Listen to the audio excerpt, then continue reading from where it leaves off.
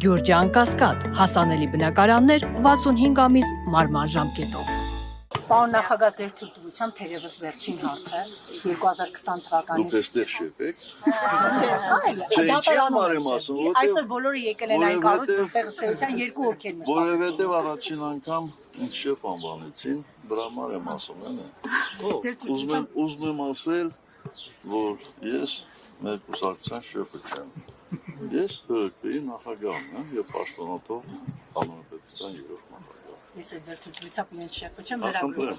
Ձեր թույլտվությամբ պարոն նախագահ 2020 թվականին դուք բավականին աղմկարույց հայտարարություն արեցիք կապված, որ Նիկոլ Փաշինյանի իշխանությունը պատերազմի օրերին 1 զրահաբաճկոնը $600 էր գնել։ Այդ հայտարարությունից անմիջապես հետո որոշ ժամանակ հետո Նայիրի Սարգսյանն ընդհանրապես ազատվեց պաշտոնից։ Բայց մեզ այդպես էլ անհայտ մնաց։ Օգնեք պարոն նախագահ, մեզ տեսնենք այդ զրահաբաճկոնների պատմությունը, այդ ինչ պատմություն է։ Բաց պատմություն է, եթե չեմ սխալվում, փաստաթուղթել ենք մենք հրապարակել, այսինքն կառավարությունը ուղիղ, ոնց ասեմ, ուղիղ ճանապարհով, այսինքն ամբողջ կառավարությունը, եթե չեմ սխալվում, կառավարիչի օգնականը, մեկ անձից գնում է կատարել, եւ իմ պատկերացումներով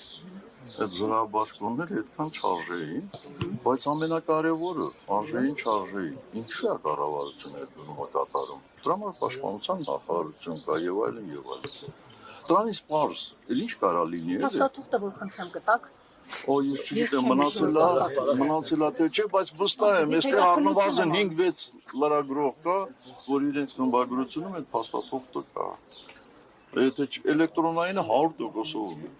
բայց ես խոստանում եմ ձեզ նայեմ։ Ժողովուրդ օրաթերթից եմ։ Ես խոստանում եմ գտնել եւ ձեզ։ Պարոն նախագահ, հետ կապված դուք Լևոն Տեր-Պետրոսյանի եւ Նիկոլ Փաշինյանի մոտեցումների տարբերության հետ կապված հայտարարություն էի կարել, բավականին քննադատվեց այդ առումով, ինչ կարող եք ասել։ Ասում են փորձերը Լևոն Տեր-Պետրոսյանին մաքրելու եւ հնարավոր կոալիցիա են տեսնում ընդդեմ Քոչարյանի։ Ես ասում եմ այնինչ կա քննարկումների Դա զավեշտական է, դա ծիծաղելի է, որտեվ նախ Լևոն Տեր-Պետրոսյանը որևէ մեկի կարիքը չունի, եթե անհրաժեշտություն կա մաքրվելու։ Ինչ եք ուզում Լևոն Տեր-Պետրոսյանից, արդեն տևական ժամանակա չկա քաղաքականության մեջ։ 80 տարեկան Աստված ևս մի 10-20 տարի կյանք տար։ Այսինքն, եթե ես նպատակ ունենայի, ցանկություն ունենայի միավորվելու, եթե հիշում եք, Լևոն Տեր-Պետրոսյանը բազմաթիվ նախաձեռնություններ ա ունեցել, եւ միջև ընտրություններ, եւ ընտրություններից հետո ես կմիանայի։